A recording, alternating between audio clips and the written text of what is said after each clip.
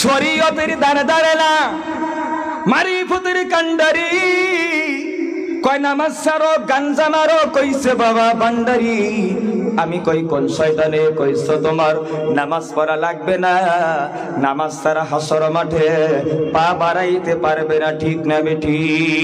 কয় পেটের তাড়নায় জব কাটের কাম করি, কয় অ্যাকাউন্টের ভিতরে টাকা ঢুকে, ব্যাংকে যায় টাকা তুলতে গেছি, দেখি গ্রামের মেম্বার সব টাকা তুলে খায়া ফালাইছি। আছে না নাই বলেন? ভাইয়ের আমার, বন্ধুরা আমার, সোনারা, জেনে রেখে দেবেন, আগের জামানায় আমরা গল্প শুনছি, মায়ের কাছে শুনছি, বাবার কাছে শুনছি, আগের জামানার মানুষ ভাত পায় নাই, কলার গাছের মোতা খাইছে। আছে না নাই? কোন খাইছে না নাই বলেন? কিন্তু তাই বলে শুনি নাই যে মানুষ মাটি খাইছে। কিন্তু বর্তমান জামানায় এমন নেতা আছে রে বাবা, মাটিও খায়, রাস্তা খায়, ব্রিজ খায়, রড খায়, বালা খায়, মাঝে মাঝে সিমেন্টও খায়। আছে না নাই? কোন ভাইয়ের আমার, বন্ধুরা আমার, সোনারা, হাসরের ময়দানে আল্লাহ ঘোষণাদের লাইন আলাদা করে দিবে। কিন্তু বন্ধু, লম্বা আমি করব না, আপনাদের শুধু একটা কথাই বলবো, হাসরের ময়দানে আবার যারা ইমানদার, যারা ইমান নিয়ে কবরে গিয়েছিল, যারা ফজরের নামাজের এত ঠান্ডার সময় মধ্যে বন্ধ ঠান্ডা পানি দিয়ে ওযুটা করে নামাজটা আদায় করছে, জোহরের নামাজটা আদায় করছে, আসরের নামাজের সময় আসরের নামাজটা আদায় করেছে, মাগরিবের নামাজের সময় মাগরিবটা আদায় করেছে, ঈশার নামাজের সময় ঈশাটা আদায় করেছে। বন্ধু ভাইরা আমার, বন্ধুরা আমার, আমার আল্লাহ হাসরের ময়দানে ইমানদারদের লাইনে আবার ইমানদারদেরকে দাঁড় করায়া দিয়া তাদেরকে ডাইরেক্ট আল্লাহ জান্নাতে নিয়ে যাব। সূরা কন্যা সুবহানাল্লাহ। আমরা ইমানদার নাকি কল কথা কয় না কে? জান্নাত চান না না চান? কোন তো হাত তুলি, দোনো হাত তুলি, তকবে লাগাই, তকবে লাগাই, নারে তাকবীর। জান্নাত সবাই চান, চান না না চান? জোরে কোন না কে? পিছনে যারা আছেন জান্নাত চান না? আচ্ছা কোন? আচ্ছা আপনারা কি রাগ করতেছেন? গাড়িটা গিয়ার ফেলাবার দিবেন কি নাকি? ভাইরা আমার, বন্ধুরা আমার, আপনাদের একটা প্রশ্ন করব, জান্নাত যে যাবেন, কোন তো নামাজ ছাড়া জান্নাত যাও যাব নাকি? কোন কথা কন না কে? যাব নাকি বলেন? ও বন্ধু, কিন্তু এখনই যদি প্রশ্ন করা যায়, আজকে ওয়াজ মাহফিলে আসছেন, কে কে ঈশার নামাজ পড়ে আইছেন? ঝামেলা বাঁচব না নয়? আপনারাই কোন নামাজ ছাড়া জান্নাত যাওয়া যাব না, কিন্তু এখানে আবার বলে ঝামেলা বাঁচবো। ভাইরা আমার, বন্ধুরা আমার, সোনারা, পা দুটো জড়িয়ে ধরে বলবো, আজকে থেকে ইনশাল্লাহ নামাজ কোনোদিন ছাড়বেন না তো ইনশাল্লাহ? হাত তুলেন, তুলেন হাত ইনশাল্লাহ। আল্লাহ কবুল করুন। ও বন্ধু, জেনে রেখে দিবেন, পৃথিবীর মধ্যে জমিনের মধ্যে নামাজ ছাড়া কোনোদিন আপনি জান্নাত যাইতে পারবেন না। তবে একদল মানুষ আমাদের দেশেও মাঝে মাঝে দেখা যায়, তারা কয় কি জানেন? কয় নামাজ ছাড়াই আমরা জান্নাতে যাব। তারা কয় কি জানেন? কয় শরীয়তের ধারে ধারে না, মারিফতের কান্ডারি। কয় নামাজ ছাড়ো গাঞ্জা মারো, কইছে বাবা ভান্ডারি। আছে না নাই বলেন? শরীয়তের ধারে ধারে না, মারিফতের কান্ডারি। কয় নামাজ ছাড়ো গাঞ্জা মারো, কইছে বাবা ভান্ডারি। আমি কই কোন শয়তানে কইছো তোমার নামাজ পড়া লাগবে না, নামাজ ছাড়া হাসর মাঠে পা বাড়াইতে পারবে না, ঠিক না বেঠি? ও বন্ধু, হাদিসের মধ্যে পাওয়া যায়, নবী আমার বলেন, হাসরের ময়দানে আমার আল্লাহ বান্দার সর্বপ্রথম হিসাবটা যে নিবে, ওইটা নিবে নামাজের হিসাব। পা দুটো শরীয়তের বলা যায় বন্ধগণ, পৃথিবীর মধ্যে জমিনের মধ্যে হাজারো যদি আপনি যদি গুনাহ করেন, নামাজটা আজকে থেকে আদায় করেন। হাদিস মিশকাত শরীফে বন্ধগণ, কিতাবুস সালাতে হাদিস জানা হয়েছে, নবী আমার বলেন, ও সাহাবারা, ধরে নাও তোমাদের বাড়ির সামনে দিয়ে যদি একটা নহর বয়ে যায়, একটা নদী বয়ে যায়, ওই নদীর ভিতরে, ওই নহরের ভিতরে তোমরা যদি প্রতিদিন 5 বার করে গোসল করো। নবী প্রশ্ন করলেন হাল ইয়াবকা মিন দারানিহি শাইউন, তোমাদের গায়ে কোনো ময়লা থাকবে নাকি বলো। সাহাবারা বলে ক্বালু লা ইয়াবকা মিন দারানিহি শাইউন ইয়া রাসূলুল্লাহ ইয়া হাবিবাল্লাহ। পৃথিবীর মধ্যে জমিনের মধ্যে আমরা যদি কোনো নহরের ভিতরে গিয়ে 5 বার করে গোসল করি আমাদের গায়ে কোনো ময়লা থাকবে না। নবী বললেন সাহাবারা কেউ যদি প্রতিদিন 5 ওয়াক্ত করে নামাজ আদায় করো, আমি নবী বললাম তোমাদের গায়ে কোনো আল্লাহ গুনাহ বাকি রাখবে না, আল্লাহ সব গুনাহ ক্ষমা করে দিবে। জোরে কন্না সুবহানাল্লাহ, নারে তাকবীর। ভাই আমার বন্ধুরা, আমার সোনারা, সেই নামাজের কথা বলতে গেলে একজন যদি পড়ে পরিবারের বাকি আরো 10 জন পড়ে না, আছে না নাই? কোন কথা কন না, আছে না? বাপরে বাপ, একজন যদি আমির সাহেব হইছে তবলিগ জামাতের সিল্লা দিয়ে আইরা দেখবেন বাকিগুলো একজন নামাজ পড়ে না, আছে না নাই? কোন কথা কন না, কেন আছে না নাই? কোন ভাইরা আমার বন্ধুরা আমার, আজকে বর্তমান প্রেক্ষাপটে এমন একটা সময় নামাজ তো আমরা কাজা করি, বিশেষ করে আমাদের অঞ্চলের মেয়েরা হলো নামাজ কাজা দেওয়ার মাস্টার, ঠিক কিনা বলেন? এই পোলাপান তোরা কসকে মেয়েরা কি করে? নামাজ কাজা দেওয়ার মাস্টার। বন্ধুগণ, আমাকে বলা হয়েছে যে মা বন্ধুর বিষয়ে দুই একটা কথা বলার জন্য। ভাইরা আমার বন্ধুরা আমার সোনারা, আজকে কি বলবো, মায়েরা নামাজ এমন ভাবে কাজা করে দেখবেন যদি হঠাৎ করে কি হয়, বাচ্চা হয়, বাচ্চা হওয়ার পরে আপনার যেটা মাসলা আছে বন্ধুগণ, নিফাসের পরে মেয়েদেরকে যদি নামাজ পড়তে বলা হয়, মেয়েরা বলে যে নামাজ কেন আদায় করবো? বলে কিসের জন্য করবা না? যে তোমার আপনার কে কয় স্বামীকে বলে যে বাচ্চা আছে, এই বাচ্চা কোলে নিয়ে কি, ছোট বাচ্চা নিয়ে কি নামাজ আদায় করা যায়? এইভাবে মেয়েরা নামাজটা কাজা করে। একদল মেয়ে মানুষ আছে বাড়িতে মেহমান আসছে, কাজের ব্যস্ততার কারণেও নামাজটা কাজা করে দেয়। কিন্তু মায়েদেরকে বলবো না, জামিনের মধ্যে পৃথিবীর মধ্যে আপনার উপর আল্লাহ নামাজটা ফরজে আইন করে দিয়েছেন। পর্দা করা আপনার জন্য যেরকম জরুরি, নামাজটা আদায় করা তেমনি জরুরি। বন্ধুগণ, আমি অনুরোধ করবো আপনাদেরকে, যারা বিয়ে করেছেন, যাদের স্ত্রী আছে, গাড়ির কাগজটা হলো আপনার নামে, কথা হয় কিনা বলেন? আপনার স্ত্রী যদি নামাজ আদায় না করে, আপনি 5 ওয়াক্ত নামাজ আদায় না করলেও যতই করেন না কেন বন্ধুগণ, হাসরের ময়দানে কিন্তু আল্লাহর সামনে গিয়ে আপনার স্ত্রীর জন্য, আপনার জন্য কাঠ গড়ায় দাঁড়াইতে হবে। আমার রাসূল বলেন আলা কুল্লুকুম রাইন ওয়া কুল্লুকুম মাসউলুন আন রাইয়াতিহি। পৃথিবীর মধ্যে প্রত্যেকটা মানুষ হলো দায়িত্বশীল। এই দায়িত্ব সম্পর্কে আল্লাহ কঠিন কিয়ামতের দিনে আপনাকে জিজ্ঞাসাবাদ করবে। তবে হ্যাঁ, আপনাদের কাছে আজকে আমি একটা গুরুত্বপূর্ণ নসিহত আপনাদের সামনে তুলে ধরবো। বন্ধুগণ, বর্তমান প্রেক্ষাপটে দেখবেন বন্ধুগণ, আমাদের দেশের অবস্থা এমন হয়ে গেছে বন্ধুগণ, পর্দা তো নাই, আমরা পুরুষ মানুষও পর্দাটা বুঝতে পারি না, ঠিক কিনা বলেন? আমাদের দেশের মধ্যে অনেক পুরুষ মানুষ দেখা যায়, একজন আমরা আরেকজনের বাড়িতে যাই, কেমনে যাই ভাইরা? অনুমতি নেই না, আমরা একজন আরেকজনের বাড়িতে যাই। মেয়ে মানুষ আছে, পর্দা আছে কিনা আমরা দরজার গেটে গিয়ে অনুমতি নেওয়ার চেষ্টা করি না, ঠিক কিনা বলেন? ঠিক কিনা বলেন ভাইরা আমার বন্ধুরা আমার? আমি আপনাদের কাছে একটা গুরুত্বপূর্ণ কথা বলবো। আপনারা জানেন হযরত লোকমান আলাইহিস সালাতু ওয়াস সালাম পৃথিবীর মধ্যে ওনার সন্তানদেরকে তাফসীরের কিতাবের মধ্যে পাওয়া যায় 4000 নসিহত করেছিলেন বন্ধুগণ। তার মধ্যে সবথেকে 4টা নসিহত, গুরুত্বপূর্ণ নসিহত করেছিলেন বন্ধুগণ। এই 4টা নসিহত আপনাদের সামনে আমি তুলে ধরি, আমি আলোচনা শেষের দিকে যাব। বন্ধুগণ, হযরতে লোকমান আলাইহিস সালাতু ওয়াস সালাম সর্বপ্রথম সেই নসিহতটা সন্তানের সামনে তুলে ধরেছিলেন বন্ধুগণ। 1 নম্বরে তার ছেলেদেরকে বলেছিলেন, এই সন্তানেরা শোনো, বলে কি হযরত লোকমান বলেছিলেন, ইহফাজ আইনাকা ফি বুয়ুতিন নাস। তুমি যখন মানুষের বাড়িতে যাও, রাস্তাঘাটে যাও, বাজারে যাও, দোকানে যাও, খবরদার তোমার নিজের তোমার নজরটাকে হেফাজত করবা। বলেন তো বন্ধুগণ, আজকে জমিনের মধ্যে আমরা নজর হেফাজত করতে পারি? কথা কয় না, কে পারেন? পারা যায় না। রাস্তা দিয়ে যাইতে যদি কোনো মেয়ে মানুষ দেখা যায়, হাই রে, অনেক যুবক ভাইরা কয় বাপ রে বাপ, মেয়েটা দেখতে বড় কত সুন্দরী। অনেক যুবক ভাইরা দেখতে দেখতে দেখতে দেখতে বাইক দেখবেন একবার রাস্তার দোপায় নামায় দেয়, নিচে নামায় দেয়, হয় কিনা বলেন? আছে কিনা বলেন বন্ধুগণ? না, পৃথিবীর মধ্যে জমিনের মধ্যে আপনার নজরটাকে আপনার নজর হেফাজত করতে এটা আল্লাহ নির্দেশ দিয়েছেন।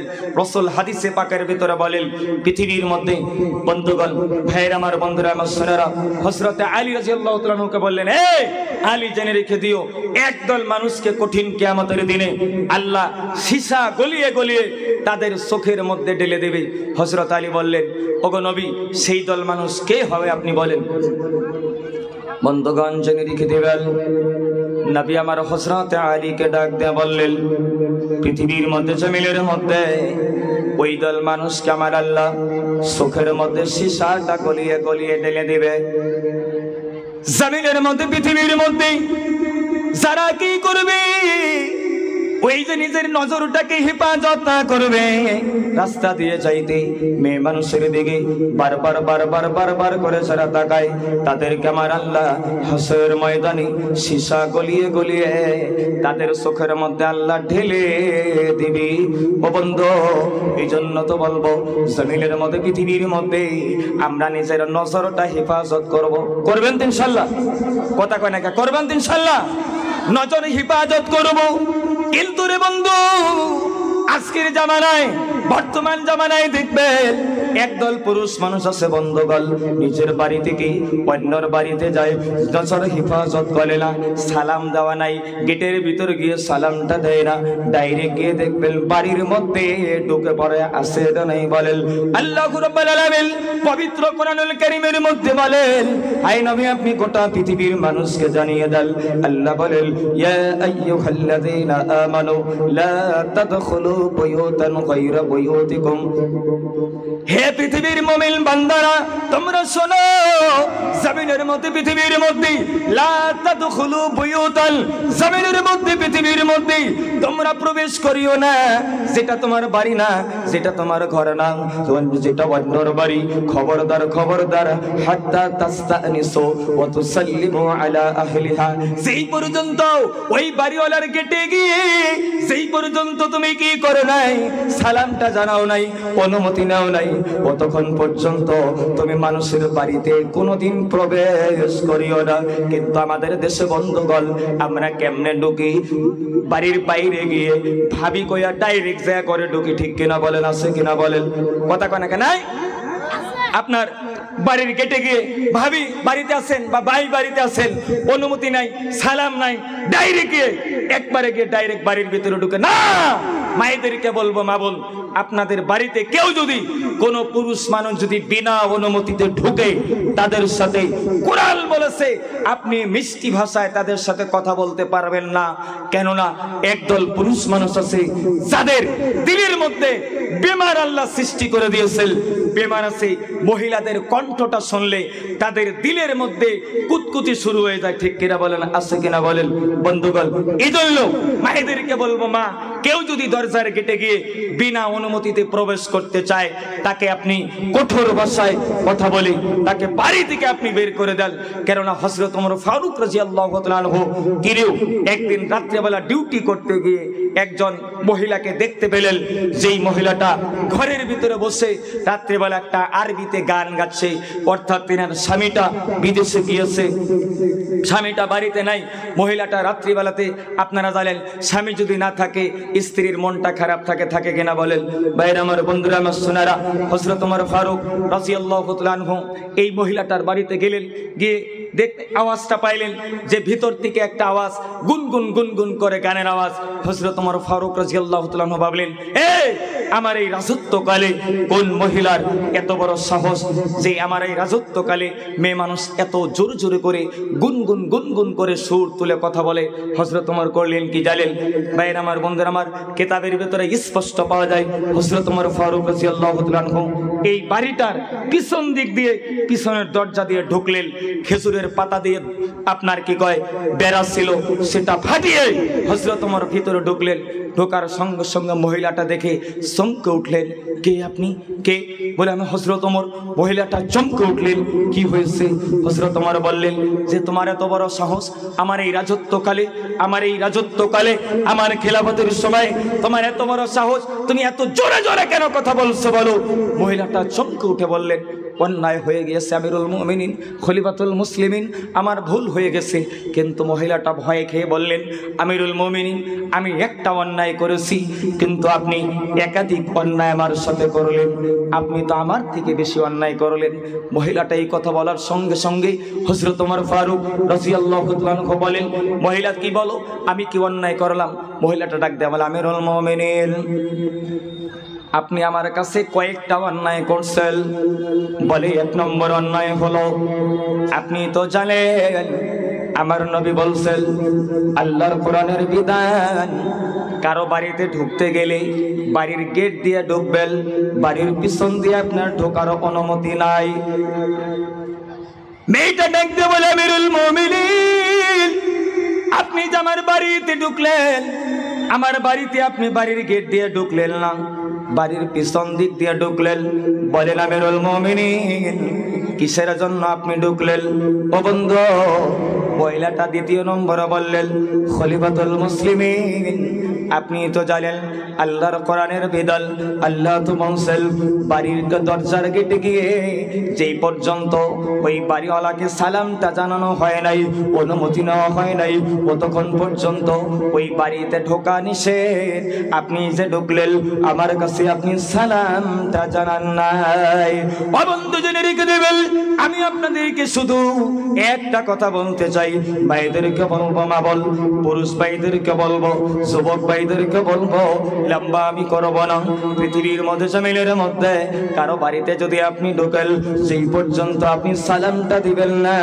ইসলাম আপনাকে পারমিশন দেয় নাই যে তার বাড়িতে আপনি ঢুকতে পারবেন। সালাম পৃথিবীর মধ্যে এমন একটি ইবাদত রে বন্ধু, জামিলের মধ্যে যদি সালামের আদান প্রদান করেন, আমি অনুরোধ করে বলে যাব, গ্যারান্টি দিয়ে বলে যাব, আপনি যদি বাড়ির দরজার গেটে গিয়ে কাউকে সালাম দিয়ে ঢুকেন, জিন্দেগিতে কোনোদিন পরকীয়া প্রেম হবে না, ঠিক কিনা বলেন? আজকে বন্ধুরে, একজন আরেকজনের সঙ্গে বন্ধু পৃথিবীর মধ্যে দেখবেন নটর বড়র শুরু হয়ে যায়। কেন? এর কারণটা হলো সালামের আদান প্রদান নেই মানুষের বাড়িতে। ডাইরেক্ট আমরা ঢুকি, সালাম না দিয়ে বন্ধুগণ অনুমতি না নিয়ে আমরা ঢুকে যাই। ভাইয়ের আমার, বন্ধুরা আমার, মায়েদেরকে জন্য বলবো, মায়েরা খবরদার, খবরদার, অন্য পুরুষ যেন আপনার বাড়িতে বিনা অনুমতিতে প্রবেশ যেন করতে পারে না। ইনশাল্লাহ আমরা কারো বাড়িতে সালাম দেওয়া ছাড়া আমরা কোনোদিন প্রবেশ করব না, ইনশাল্লাহ। কথা কয় না কে? ইনশাল্লাহ। হাত তুলেন, হাত তুলেন বন্ধুগণ। সালাম যেই পর্যন্ত মানুষের বাড়ির দরজার গেটে দেব না, আল্লাহর কোরআনের বিধান। আল্লাহ বলেন, ইয়া আইয়ুহাল্লাযীনা আমানু লা তাদখুলু বুয়ুতাল গায়রা বুয়ুতিকুম হাত্তা তাস্তানিসু ওয়া তুসাল্লিমু আলা আহলিহা। হে পৃথিবীর ইমানদার বান্দারা, তোমরা অন্যর বাড়িতে প্রবেশ করিও না যতক্ষণ পর্যন্ত তোমরা বাড়ির দরজার গেটে গিয়ে তোমরা অনুমতি নাও নাই, সালাম দাও নাই, অতক্ষণ পর্যন্ত মানুষের বাড়িতে প্রবেশ করিও না। ইনশাআল্লাহ আমি অনুরোধ করব বন্ধুগণ, সেই পর্যন্ত মানুষের বাড়িতে আমরা সালাম দিব না, ততক্ষণ পর্যন্ত আমরা বাড়িতে ঢুকবো না। ইনশাআল্লাহ রাজি আছেন তো? ইনশাআল্লাহ। কথা কয় নাকি? রাজি আছেন তো? ইনশাআল্লাহ। বন্ধুগণ, আমি লম্বা দিকে যাব না, আমি শুধু আপনাদের কাছে খুতবার ভূমিকাতে একটা কথাই বলেছিলাম বন্ধু, যে রাসূল বলেছেন, আল কাইয়ুস মান দানা নাফসাহু ওয়া আমিলা লিমা বা'দাল মাউত। পৃথিবীর মধ্যে ওই লোকটাই সবথেকে বেশি বড় চালাক, যে ব্যক্তি কি করে মৃত্যুর পরবর্তী জিন্দেগি, কবরের জিন্দেগির জন্য কিছু নেক আমল নিয়ে কবরের মধ্যে যায়। ওই লোকটা হলো পৃথিবীর মধ্যে সবথেকে চালাক ব্যক্তি। যেরকম সুবহানাল্লাহ। আমাদের মরতে হবে, ঠিক কিনা বলেন? কথা কয় না কে? মরা লাগবো না? কথা কয় না? মরা লাগবো না? বন্ধুগণ, কবরে যাওয়ার আগে আপনি প্রস্তুতি নেবেন। এই জন্য বন্ধু আমি লম্বা করব না, আমরা বলি কি একটা গজল বলে আমি আলোচনা শেষ করব। বন্ধুগণ, কবরের জন্য প্রস্তুতি কেমনে নেবেন? আজরাইল তো আপনার পিছনে ঘুরে, বলা হয়েছে বন্ধু, কবর পথের যাত্রী তুমি,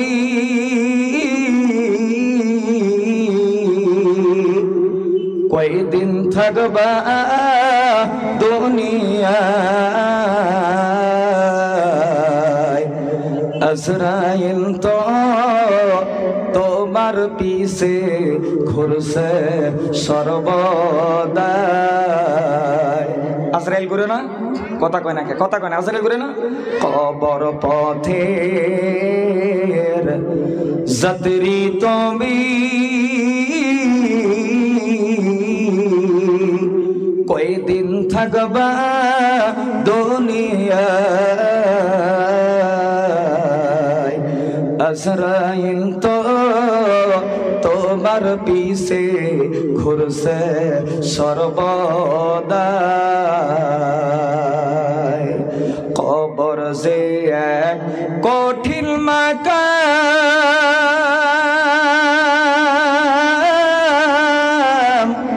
পড়বে ধরা পাপী তামাম, সলসাতুরি করার মতো, সলসাতুরি করার মতো জায়গা সে তো নয়। আজরাইল তো তোমার পিছে ঘুরছে সর্বদা। নারে তাকবীর, জোরে তাকবীর, লিল্লাহি তাকবীর। বাইরে আমার বন্ধুরা, আমার সোনারা, অনুরোধ করবো যারা আপনারা বাইরে আছেন দয়া করে প্যান্ডেলে ঢুকেন। আমার বন্ধুবর হযরত মাওলানা হাফিজ কারি ইদ্রিস আলী সাহেব দামাত বারাকাতুহুল আলিয়া, আমি একটা কথা বলে যাই বন্ধুগণ, যে যে আলোচক আজকে আপনাদের অঞ্চলে বা আমাদের অঞ্চলে আসছে, ইনশাল্লাহ আমি অনুরোধ করব ওনার আলোচনাটা আপনারা খুব মানে নিস্তব্ধ ভাবে সুন্দর করে বসে শ্রবণ করবেন, তারপরে রেজাল্ট ইনশাআল্লাহ পাবেন বলে আমি আশা রেখেই আমি আমার আলোচনা, সংক্ষিপ্ত আলোচনা এখানেই শেষ করলাম। আসসালামু আলাইকুম। দিন ইসলাম জিন্দাবাদ।